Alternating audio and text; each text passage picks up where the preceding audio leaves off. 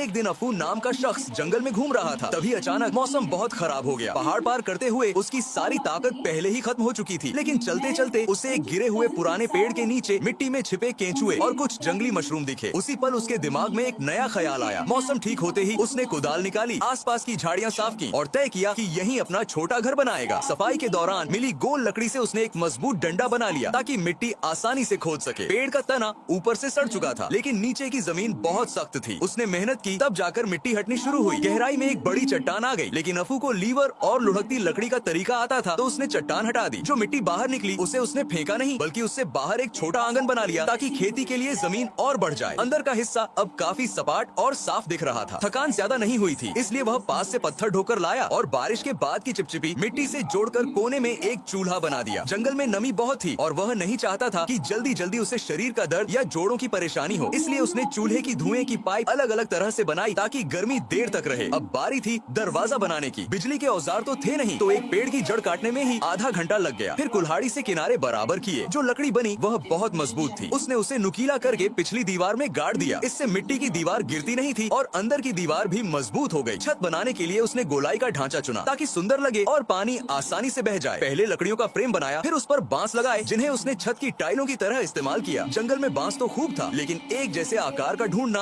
आसान नहीं था। इसमें उसे कई दिन लग गए। लगभग आधा महीना बाद उसने पूरा ढांचा खड़ा कर लिया, लेकिन सिर्फ छत बनाना काफी नहीं था। बारिश और मच्छरों से बचने के लिए उसने मिट्टी से हर दरार बंद कर दी। बचपन से मिट्टी में खेलने की आदत ने काम आसान बना दिया। मिट्टी अभी गीली थी, तो वह तेजी से दौड़कर पेड़ों की छाल ले आया और घर को बाहर से ढक दिया। इससे घर जंगल में घुल मिल गया और बिल्कुल प्राकृतिक लगने लगा। फिर उसने पास की धारा से सपाट पत्थर लाकर कमरे का फर्श बिछा दिया। यह किसी पजल को जोड़ने जैसा मजेदार काम था। जैसे ही आखिरी पत्थर फिट हुआ, पूरा कमरा और भी अच्छा लगने लगा। अगली सुबह तेज बारिश हुई, लेकिन अफू के पास अब अपना मजबूत घर था। मौसम रुकते ही वह पहले से तैयार की गई गोल लकड़ी के टुकड़े लाया, उन्हें जोड़कर और लकड़ी की कीलों से एक मजबूत पलंग बना लिया। उस पर बांस की चटाई बिछा दी। अब उसके पास आरामदायक बिस्तर था, जिस पर सोकर उसकी कमर भी ठीक रहेगी। सोने का इंतजाम होने के बाद खाने का बारी थी। घर अब लगभग पूरा हो चुका था और दूर से किसी कला जैसा दिख रहा था। अफू खुश होकर धारा के किनारे पहुंचा और रात का खाना बनाने लगा। उसके पास थोड़ा सा स्टेक था, जिसे उसने धोकर सींग पर लगाया और चूल्हे में कोयले पर सेंक दिया। उठता हुआ धुआं नमी और मच्छरों को दूर कर रहा था। जब स्टेक पक गया तो बिना मसाले के भी उसका स्वाद शानदार था। अफू ने मजे से अकेले बैठ